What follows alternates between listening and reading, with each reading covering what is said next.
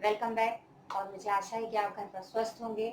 और वेकेशन के बाद की हमारी पहली कक्षा है और इसमें मैं आप लोगों को संज्ञा के बारे में पढ़ाने जा रही हूँ। संज्ञा शब्द से आप परिचित हैं। संज्ञा आपने पिछली कक्षा में आप संज्ञा पढ़ चुके हैं और संज्ञा शब्दों के बारे में आप जानते हैं। जिन शब्दों को हम नाम लेकर पुकारते हैं, जिन शब्दों के नाम होते हैं, वह संज्ञा कहलाती है। आइए इसके हम कुछ उदाहरण देखते हैं।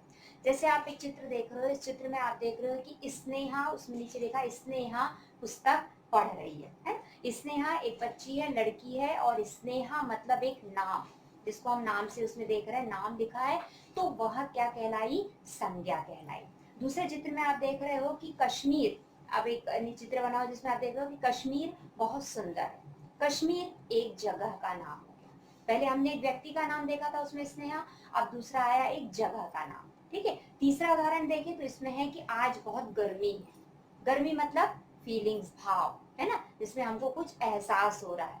ठीक है। तो वह जो गर्मी शब्द है वह संज्ञा शब्द कहलाया। और नेक्स्ट चित्र में आप देख रहे हो कि चिड़िया चहचहा रही है। चिड़िया एक प्राणी का नाम हो गया। इसका मतलब व्यक्ति, प्राणी, स्थान और भाव, ये जो चीजें हैं चारों, वो उनके जो नाम है जिनको हम उनसे पहचानते हैं, वो संज्ञा कहलाते हैं। ठीक है। तो संज्ञा की परिभाषा क्या हुई कि किसी व्यक्ति, वस्तु, स्थान और प्राणी या भाव के नाम को संज्ञा कहते हैं। ये संज्ञा की परिभाषा। ठीक है। इसके बाद हम आते हैं संज्ञा के प्रकारों पर। अच्छा, आप अपनी कॉपी में संज्ञा की परिभाषा और उसके कुछ उदाहरण लिखेंगे। ठीक है। उसके कुछ आप उदाहरण नोट करेंगे। तो ये प्रश्न आप नोट कर लीजिए कि संज्ञा की परिभाषा और उसके उदाहरण। अब हम आते हैं संज्ञा के प्रकारों पर। संज्ञा के मूलतः 3 प्रकार होते हैं। ठीक है। 3 प्रकार हैं। तो सबसे पहला हम देखते हैं व्यक्तिवाचक संज्ञा। इसके 3 प्रकार कौन कौन से हैं? व्यक्तिवाचक संज्ञा, जातिवाचक संज्ञा और भाववाचक संज्ञा। पहला है व्यक्तिवाचक संज्ञा।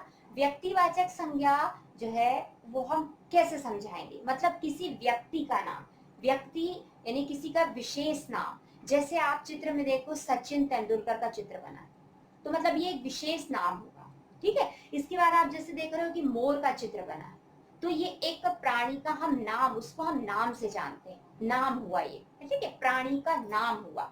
और तीसरा है रामायण, तो रामायण ये ग्रंथ का नाम हुआ। और अगला है जैसे ताजमहल उसमें दिखाई दे रहा है, तो ताजमहल मतलब एक ये इमारत का नाम है, मतलब विशेष नाम है ये। तो ये जो विशेष नाम होते हैं ये हमारे क्या कहलाते हैं? व्यक्तिवाचक संज्ञा। जैसे मैं आपको एक उदाहरण और दे रही हूँ, जैसे जवाहरलाल नेहरू हमारे प्रथम प्रधानमंत्री थे। तो जवाहरलाल नेहरू वो नाम है, तो वह जो है वो हमारा व्यक्तिवाचक संज्ञा कहलाया। अब हम आते हैं दूसरे पर, जिसमें है जातिवाचक संज्ञा।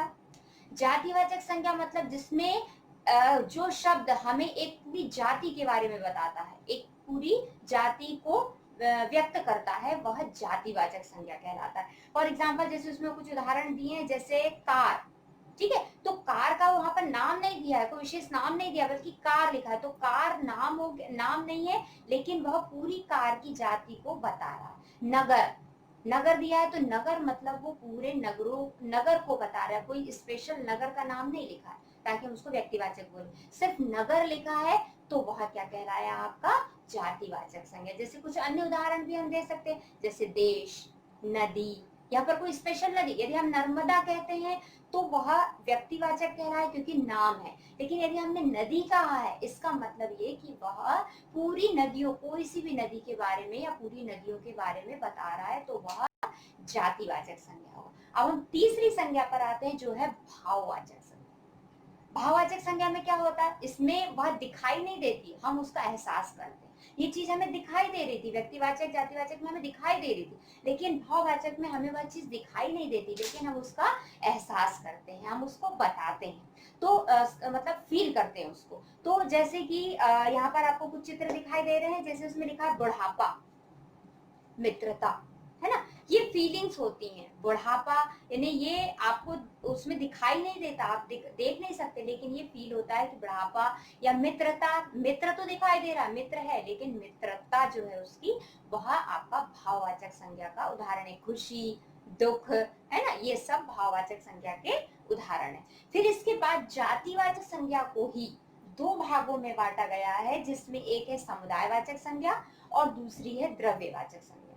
पहला समुदायवाचक संज्ञा में आपने इंग्लिश में भी आपको पता होगा कि समुदायवाचक मतलब आपका कौन सी नाउन हो गई, कलेक्टिव नाउन, है ना। मतलब जैसे कि संज्ञावाचक समुदायवाचक जो संज्ञा हुई उसमें बहुत सारी चीजों को एक ही शब्द के द्वारा बताया गया, मतलब एक ही प्रकार की चीजों को एक शब्द के द्वारा बताया गया है जो उसका समूह को व्यक्त करता है। जैसे आप चित्र में देख रहे हो चाबियों का गुच्छा है, तो गुच्छा शब्द तो हम क्या कहेंगे, चाबी का गुच्छा, है ना। तो ये समुदायवाचक संज्ञा कहलाती है। दूसरी होती है द्रव्यवाचक संज्ञा, जिसमें किसी पदार्थ, द्रव्य, धातु का बोध होता है, वह द्रव्यवाचक संज्ञा कहलाती है। जैसे आप उसमें देख रहे हो तेल है या दूध, पेट्रोल, ये सब द्रव्यवाचक संज्ञाओं के उदाहरण हैं। तो आज आपने देखा कि संज्ञा किसे कहते हैं और संज्ञाओं के प्रकारों के उदाहरण। ठीक है, अब आपको अपना गृह कार्य करना है, जिसमें आप लोग क्या करेंगे, संज्ञा की परिभाषा लिखेंगे और संज्ञा के ही किन्हीं 5 चित्र जो मतलब नाम है, उन्हीं संज्ञा नामों के 5 चित्र आप अपनी कॉपी में बनाएंगे। सिर्फ आपको इतना ही करना है।